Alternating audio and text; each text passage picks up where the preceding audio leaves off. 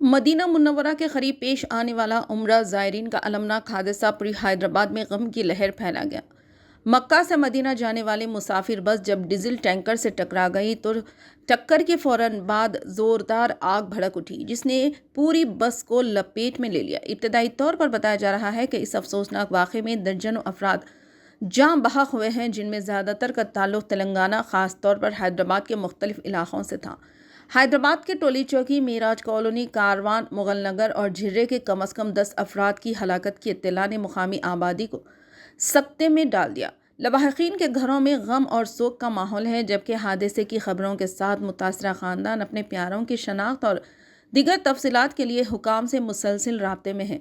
इस सानहे के बाद ऑल इंडिया मजलिस इत्तेहादुल मुस्लिमीन के सदर बैरिस्टर असदुद्दीन ओवैसी मुसलसिल जिद्दा और रियाज में भारतीय कौंसल खानों और वजारत खारजा से राब्ते में हैं, ताकि मुतासरा ख़ानदानों तक दुरुस्त मालूमात पहुँचाई जा सकें और ज़रूरी मदद मुहैया हो। ओवैसी ने लवाहिकीन से भी बात करके उन्हें हर मुमकिन ताउन की यकीन दहानी कराई।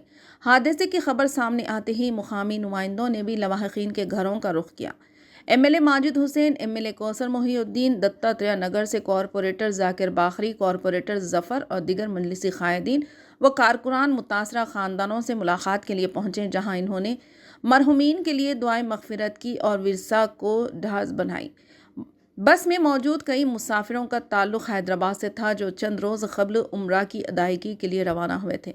मक्का से मदीना वापसी के दौरान ये अफसोसनाक हादसा पेश आया और आग इतनी शदीद थी कि ज़्यादातर अफराद मौके पर ही जान की बाजी हार गए। पूरा शहर इस सानहे से गमज़दा है। दुआओं का सिलसिला जारी है कि अल्लाह ताला जाँ बहक होने वालों को जन्नतुल फिरदौस में आला मुकाम अता फरमाए और इनके अहले खाना को इस अजीम सदमे को बर्दाश्त करने की ताकत अता करे। आमीन।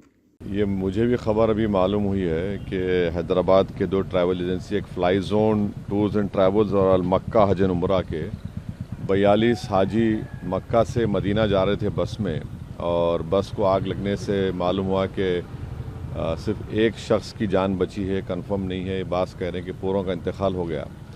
तो मैंने इंडियन एम्बेसी रियाद में जो DCM है अबू मैथन जॉर्ज साहब से मेरी बात हुई, और उन्होंने मुझसे कहा कि कौंसल जनरल जिद्दा भी और वो ख़ुद इस पर मालूमात हासिल कर रहे हैं और जो भी ज़रूरी कार्रवाई करना है वो करेंगे। और साथ ही साथ मैंने इन तमाम उम्रा पैसेंजर्स के दोनों ट्रैवल एजेंसी से वीज़ा डिटेल्स लेकर कौंसल जनरल ऑफ इंडिया जिद्दा को और DCM इंडियन एम्बेसी रियाद को और साथ ही साथ फॉरेन सेक्रेटरी को मैंने ईमेल किया है।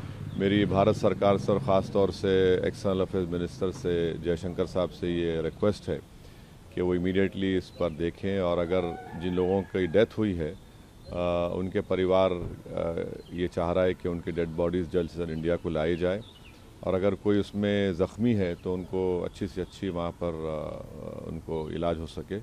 ये मैं रिक्वेस्ट करता हूँ हमारे एक्सटर्नल अफेयर्स मिनिस्टर से और भारत सरकार से। सर, दिल्ली में अभी हाल ही में जो ब्लास्ट हुआ है, मुफ्ती जी कह रही हैं कि भारत बता रहा है कि कश्मीर कितना सेफ़ है, लेकिन दिल्ली के में जो ब्लास्ट हुआ है, दिल्ली भी अब सेफ़ नहीं है। जो केंद्र की पॉलिसीज़ है वो पॉलिसीज़ ऐसी है कि कश्मीर नहीं, दिल्ली भी अब देखिए, वो मेरा मानना ये है कि जो टेररिस्ट एक्शन दिल्ली में हुआ, अब तो NIA ने कहा कि सुसाइड बॉम्बर था, हम उसका कंडेम करते हैं। टेररिज्म की कोई जगह नहीं है, इसका पूरी तरह से कंडेम करना है। और जिस तरीके से उन्होंने प्लानिंग की, कॉन्स्पिरेसी, गैलेज कॉन्स्पिरेसी की, ये सब बातें आ रही हैं, तो इसमें खुली साफ तौर पर हम उसका कंडेम करते हैं। सर, इसी पे कश्मीरी मैन को भी अरेस्ट किया गया है NIA के थ्रू, जिसने बॉम्ब को वहाँ प्रोक्योर करवाया था। जो भी है, अब तो इन्वेस्टिगेशन चल रहा है, तो आप और हम कोई कंक्लूजन पर नहीं आ सकते। मगर ये जो इंसिडेंट हुआ दिल्ली में, जिसमें 10 लोगों की मौत हुई, फिर अनफॉर्चुनेटली नौगाम में भी वो जो एक्सप्लोजिव रखे थे वहाँ पर भी पुलिस स्टेशन में ब्लास्ट हुआ, उसमें भी लोगों की मौत हुई, वो भी हमारे लिए तकलीफ देवा।